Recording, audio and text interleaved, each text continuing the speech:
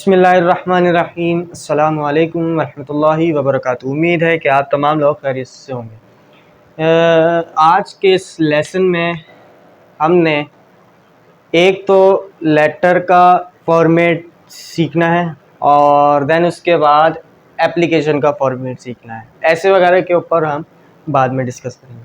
तो सबसे पहले लेटर का जो फॉर्मेट है वो समझ लें कि सबसे पहले जो बेस है वो सबसे पहले जो मांगती है लेटर में, वो सबसे पहले लेटर की हेडिंग मांगती है। अगर आपने लेटर की हेडिंग नहीं डाली और आपने लिखना शुरू कर दिया तो चेकर ये समझेगा कि इसको यही नहीं पता कि लेटर में सबसे पहले लेटर की हेडिंग यूज़ होती है। तो सबसे पहले आपने जो लेटर हो, एप्लीकेशन हो, क्वेश्चन हो या आप कोई वो चीज़ लिख रहे हैं कि एग्जाम्पल लिख रहे हैं तो एग्जाम्पल की सबसे पहले ब्लैक कट मार्कर से हेडिंग डलेगी, फिर उसके बाद एग्जाम्पल लिखी जाएगी। तो सबसे पहले ये समझ लें कि हर चीज़ में हेडिंग मस्ट होती है। तो सबसे पहले लेटर की हेडिंग एंड देन उसके बाद ये जो लेटर जिस तरीके से लिखा जाता है, यानी कि एग्जामिनेशन हॉल, डेट 29/25, ये आज की ही डेट है।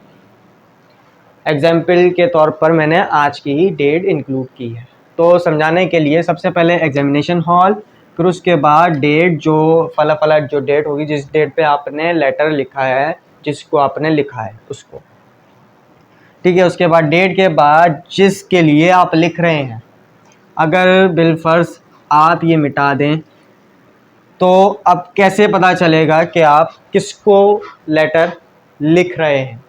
तो ये भी चीज़ सबसे ज़्यादा मैटर करती है।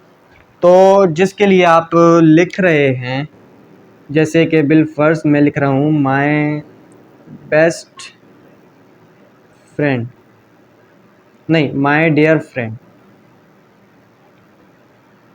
अब वो आपका फ्रेंड जो भी हो, अबू बकर हो, हामिद हो, सलान हो, जो भी हो, XYZ।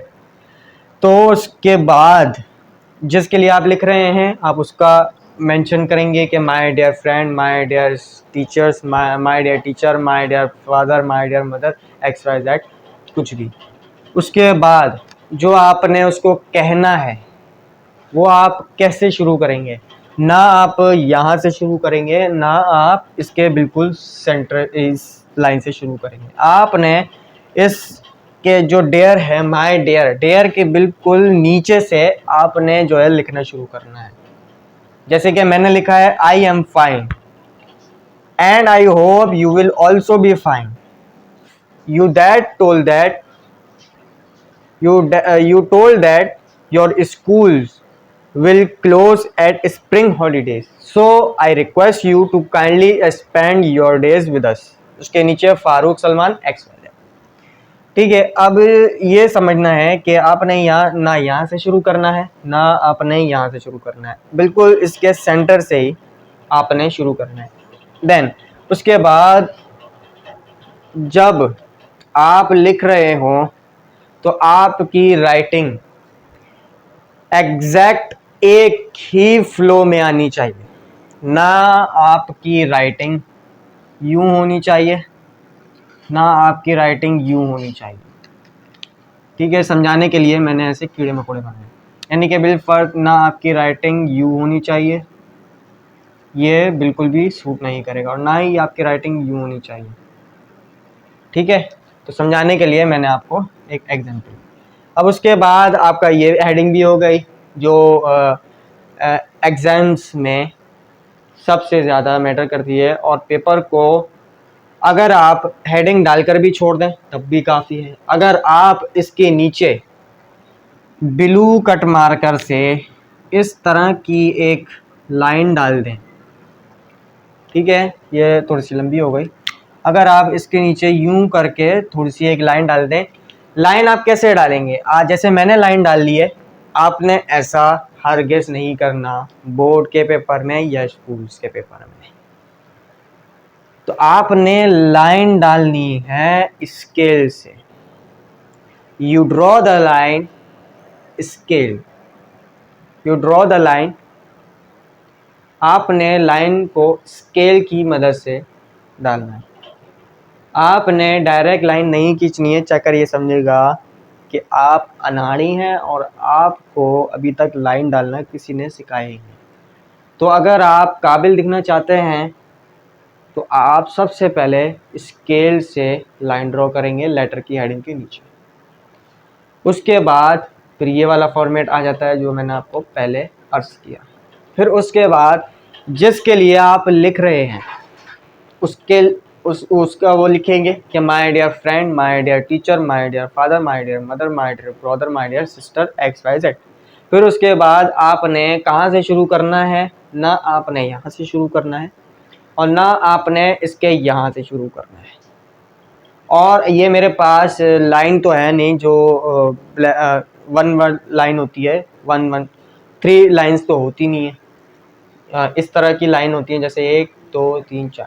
तो आपने एक लाइन छोड़कर उसके नीचे लिखना है। आपने ये नहीं करना है कि जैसे मैंने लिखा है ऐसा नहीं, ये तो थोड़ा सा ऊपर मिला हुआ है, आपने ऐसे नहीं करना। आपने 1 लाइन का स्पेस देकर लिखना है। आपने यहाँ से शुरू करना है, ना यहाँ से ना यहाँ से, आपने एग्जैक्ट इसके नीचे से शुरू करना है। ठीक है। अब अगर ये डेयर ना भी हो तो आप ये समझ लें कि आपने डेयर ना भी हो, आपने इसके सेंटर से ही शुरू करना है। अगर ये डेयर ना भी हो, अगर डेयर की जगह पर फ्रेंड हो तो आपने फ्रेंड के नीचे से शुरू करना है। और अगर आप फ्रेंड की डेयर भी ना हो, फ्रेंड भी ना हो, माए अबू बकर एग्जाम्पल के तौर पर माए अबू बकर हो तो आपने अबू बकर के नीचे से शुरू करना है। माए फुरकान तो आपने फुरकान के नीचे से शुरू करना है। आपने ना यहाँ से शुरू करना है ना यहाँ से शुरू करना है, आपने एग्जैक्ट उसके नीचे सेंटर से शुरू करना है, जैसे कि ये आपको नज़र आ रहा है। क्योंकि ये जो चीज़ें होती है ना, ये बोर्ड में अगर आप बोर्ड का पेपर दे रहे हैं या आप स्कूल का पेपर दे रहे हैं तो सबसे ज़्यादा तो ये कहा जाता है कि बोर्ड में प्रेजेंटेशन अच्छी होनी चाहिए। जब अगर आपकी प्रेजेंटेशन अच्छी होगी तो आपको बोर्ड में, क्योंकि चेकर के पास इतना टाइम तो होता नहीं है कि वो आपका पूरा पेपर रीड करे, इतना टाइम किसी चेकर के पास नहीं होता बोर्ड में। हाँ, स्कूल में चल जाता है क्योंकि उसमें टाइम ज़्यादा होता है, इतने सारे लाखों की तादाद में पेपर नहीं होते। क्योंकि बोर्ड में हर स्कूल से एक ही सेंटर पड़ता है, हर स्कूल के बच्चे उसी सेंटर में आकर पेपर देते हैं। ये कंसेप्ट तो क्लियर हो। अब इसके बाद बोर्ड में प्रेजेंटेशन आपकी अच्छी होनी चाहिए। अगर बोर्ड में आपकी प्रेजेंटेशन अच्छी नहीं होगी तो चेकर आपको नंबर भी उसके हिसाब से देगा। अगर आप हेडिंग नहीं डालेंगे और डायरेक्ट सवाल लिखना शुरू कर देंगे, यानी कि आप लेटर की बिल फॉर एग्जांपल अगर आप लेटर नहीं लिखेंगे और आपने डायरेक्ट शुरू कर दिया तो चेकर ये समझेगा कि आपको कुछ आता ही नहीं और आपको किसी ने कुछ सिखाया ही नहीं। फिर इससे आपका ट्यूशन बदनाम होता है, इंस्टीट्यूट बदनाम होता है और जिससे आपने पढ़ा है वो बदनाम होते हैं। सिंपल। ठीक है, तो सीधा सीधा समझने का मकसद ये है। मेरा कैमरा थोड़ा सा टिल्ट हो गया होगा, मैं उसको सीधा कर लूँ। ठीक है, सॉरी ब्रेक लेने के लिए। तो टॉपिक की तरफ वापस आते हैं। ये तो आपको समझ आ गया है कि ये किस तरीके से लिखना है। अब इसके बाद आपने जो आपकी राइटिंग का फ्लो आ रहा है, आपने सेम फ्लो पर सेम राइटिंग करनी है। फ्लो यानी कि आपका जो फ्लो है राइटिंग का वो सीधा आना चाहिए, बिल्कुल ना कि बिल्कुल टेढ़ा हो, ना कि बिल्कुल नीचे की तरफ झुका हुआ हो कि चेकर समझे कि यार ये तो बिल्कुल जाहिल है, इसको कुछ आता ही नहीं, इसको किसी ने कुछ बताया ही नहीं। वही बात जो मैंने जुमला आपको पहले कहा। तो आपकी राइटिंग का जो फ्लो है वो बिल्कुल एग्जैक्ट सीधा आना चाहिए ताकि चेकर को ये लगे कि आप बहुत काबिल हैं, आपको पता है कि किस तरीके से लेटर लिखा जाता है। तो ये तो सिंपल सा एक शॉर्ट सा लेटर हो गया। अच्छा, एप्लीकेशन का जो फॉर्मेट है वो हम इस वीडियो में नहीं बल्कि अगली वीडियो में डिस्कस करेंगे, क्योंकि अभी आपको यही समझ आ जाए तो बहुत अच्छी बात है। और अगर आप ने ये इस तरीके से नहीं किया तो वही वाली बात आ जाती है कि चेकर आपको नंबर भी उसी के हिसाब से देता है। तो लेटर का हमने फॉर्मेट इसमें सीखा। अब हम अगली वीडियो में, नेक्स्ट लेक्चर में एप्लीकेशन का फॉर्मेट समझेंगे। फिर उससे देन नेक्स्ट लेक्चर में ऐसे किस तरीके से लिखना है, किस का टॉपिक हमने चूज़ करना है, फिर उससे हमने किस तरीके से उसकी तारीफ़ करनी है, उसकी एज बतानी है, किस सन में वो पैदा हुआ, किस सन में उसने यहाँ से वहाँ हिजरत की, किस सन में उसने अपनी तालीम मुकम्मल की, XYZ। तो जब वो वीडियो आएगी तब आपको पता चल जाएगा। तो अगली वीडियो में इंशाल्लाह अगले लेक्चर में हम एप्लीकेशन का फॉर्मेट समझेंगे कि एप्लीकेशन को हम किस तरीके से लिखते हैं बोर्ड में, स्कूल्स में, ठीक है। उसके बाद हम इसी तरीके से करते करते जो भी एजुकेशन से रिलेटेड वीडियो होगी वो आप तक पहुँचा दी जाएगी। तो उम्मीद करते हैं कि आज की वीडियो आपको पसंद आई होगी। अगर आपको पसंद आई तो मेरे चैनल को सदका जारिया की नीयत से यार प्लीज़, कि मेरी बात आप तक डिलीवर हो और आपसे किसी और तक डिलीवर हो, मैं ये चाहता हूँ। तो सदका जारिया की नीयत से आप मेरे चैनल को ज़्यादा प्रोमोट करें, सब्सक्राइब करें, लाइक करें, शेयर करें, जो आपका मूड हो वो आप करके जाएं, ताकि मेरी हर आने वाली वीडियोस के लिंक, अगर आप चाहते हैं कि आप तक मेरी वीडियोस बआसानी ईजी टू आप तक डिलीवर हो, तो आप मेरे चैनल को प्लीज़ सब्सक्राइब करके जाइएगा, क्योंकि मैं ये चाहता हूँ कि मेरी हर वीडियो में मैं जो आपको समझाऊँ उसका कॉन्सेप्ट आपको माइंड में क्लियर हो जाए। अल्लाह ताला मुझे भी आपको बेहतर से बेहतर समझाने की तौफीक नसीब फरमाए, और आपको मेरा समझाना जो मैं आपको समझाऊँ वो आपको तवज्जो से समझने की तौफीक नसीब फरमाए, क्योंकि अभी मैं भी कोई इतना काबिल तो हुआ नहीं हूँ।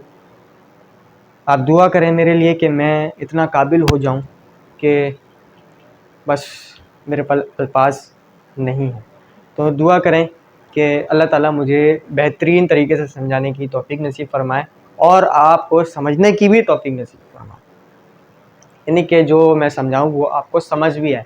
अगर आपको समझ नहीं आया और जो मैंने समझाया अगर आपको समझ नहीं आया तो मेरा फिर ये जो वीडियोस का सिलसिला है ये बनाने का कोई फ़ायदा नहीं, क्योंकि इसमें मैं समझूंगा कि मेरा जो समझाना है वो शायद आप लोगों को इतना ख़ास समझ नहीं आया, क्योंकि यूट्यूब पर सोशल मीडिया पर टीचर्स हज़ारों बड़े पड़े हैं, और उन टीचर्स की जो एक कहते हैं हम जो उनका रुतबा होता है वो भी बहुत बड़ा है, क्योंकि वो काबिल टीचर्स हैं, दुनिया के वर्ल्ड ऑफ फेमस टीचर्स हैं।